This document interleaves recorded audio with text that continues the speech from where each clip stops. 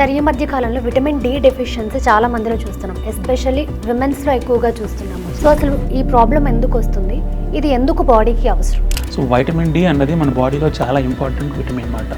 So vitamin D ఇప్పుడు మీరు అన్నట్లు రీసెంట్గా టెస్ట్ చేసినట్లయితే చాలామంది మా క్లయింట్స్ ఆల్మోస్ట్ ఒక 10 మంది టెస్టులు చేసి అందులో 9 మంది డెఫిషియన్సీలో ఉంటున్నారు. కొన్నిసార్లు 10 మంది కూడా డెఫిషియన్సీలో ఉంటున్నారు అన్నమాట.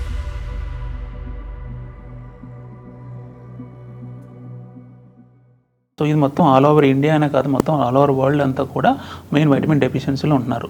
దీనికి మెయిన్ కారణం ఏంటంటే ప్రాపర్ సన్లైట్ లేకపోవడం, సన్లైట్లోకి వెళ్ళిన ఎక్స్పోజర్ కోసం అని చెప్పి సన్ స్క్రీన్స్ లోషన్ రాసుకోవడము, ఇలాంటి కొన్ని చేయడం వల్ల వైటమిన్ డి డెఫిషియన్సీ అనేది రీసెంట్ డేస్లో ఎక్కువ గమనిస్తున్నమాట. సో వైటమిన్ డి డెఫిషియన్సీ ఉండడం వల్ల ఏమవుతుందంటే మనకి బోన్ డెన్సిటీ తగ్గిపోవడం, సో బోన్ ప్రాబ్లమ్స్ ఎక్కువ వచ్చే అవకాశం ఉంటుందన్నమాట. సో వైటమిన్ డి మళ్ళీ మనకి డైజెషన్లో ఉపయోగపడుతుంది. సో నెంబర్ ఆఫ్ ఫంక్షన్స్ ఉంటాయి. సో మెయిన్గా ఫంక్షన్ ఏంటంటే మనకి బోన్ స్ట్రెంత్ని చేయడానికి, బోన్ డెన్సిటీని పెంచడానికి వాటికి ఉపయోగపడుతుంది vitamin d. So vitamin d జనరల్గా మనకి 30 అంటే అబోవ్ ఉండాలన్నమాట. సో మనం టెస్ట్ చేసినట్లయితే రీసెంట్ డేస్లో 10 కంటే బిలో ఉంటుంది. సో రీసెంట్గా నేను ఒక క్లయింట్కి టెస్ట్ చేస్తే వాళ్ళకి 3 ఉందన్నమాట. సో ఎంత డెఫిషియన్సీలో ఉన్నారన్నమాట. సో అలా డెఫిషియన్సీలో ఉండడం వల్ల ఏమవుతుందంటే ఈజీగా బోన్ పెయిన్స్ రావడం, సో ఈజీగా బోన్ బ్రేక్ అవ్వడం, ఫ్రాక్చర్స్ అవ్వడం, ఇవన్నీ కూడా గమనిస్తాం అన్నమాట. సో లేడీస్లో ముఖ్యంగా మనకి హార్మోన్స్, మనకి మెనోపాజ్ అంటాం, ఈ ఏజ్లో మనకి వైటమిన్ డి తక్కువ ఉందనుకోండి, సో ఈజీగా బోన్స్ బ్రేక్ అవ్వడం, ఆస్టియోపోరోసిస్, ఈ కండిషన్లో ఉంటారన్నమాట.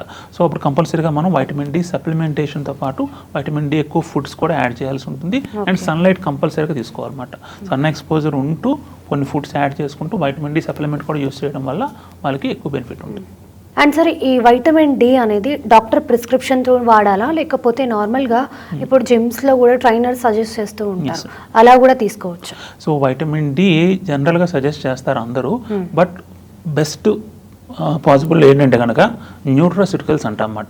సో న్యూట్రాస్యూటికల్స్ అంటే నేమ్లోనే ఉంది.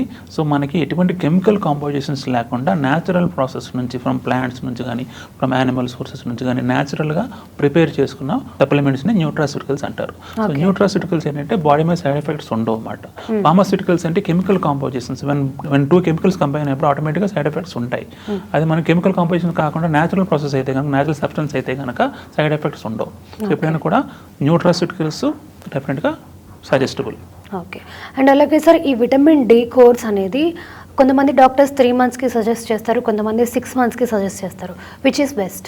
అది వాళ్ళ డెఫిషియన్సీ బట్టి ఉంటుందండి. చెప్పాను కదా మనకి 30 అబోవ్ ఉండాలి. సో 30 to 60 అలా ఉంటే నార్మల్ మాట.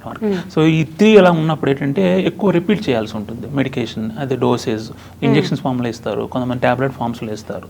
సో జనరల్గా మేమే సజెస్ట్ చేసేది ఏంటంటే కనుక న్యూట్రాస్యూటికల్స్ సజెస్ట్ చేస్తాము. అది డైలీ 1 టాబ్లెట్, అది మనకి 3000 యూనిట్స్ ఉంటుందన్నమాట.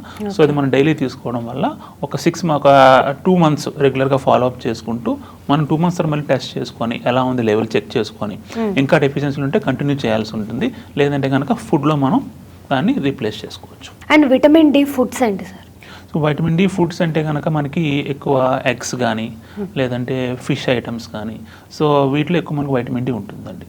అండ్ ఆల్సో వెజిటేబుల్స్, అంటే అన్ని ఫుడ్స్లో అన్నీ ఉంటాయి, బట్ ఈ ఫుడ్స్లో ఎక్కువ మోతాదులో ఉంటాయి అన్నమాట. సో ఫిష్ కానీ, ఎగ్స్ కానీ, సో ఇంకా వెజిటేబుల్స్, వీటిలో కూడా మనకి వైటమిన్ డి దొరుకుతుంది.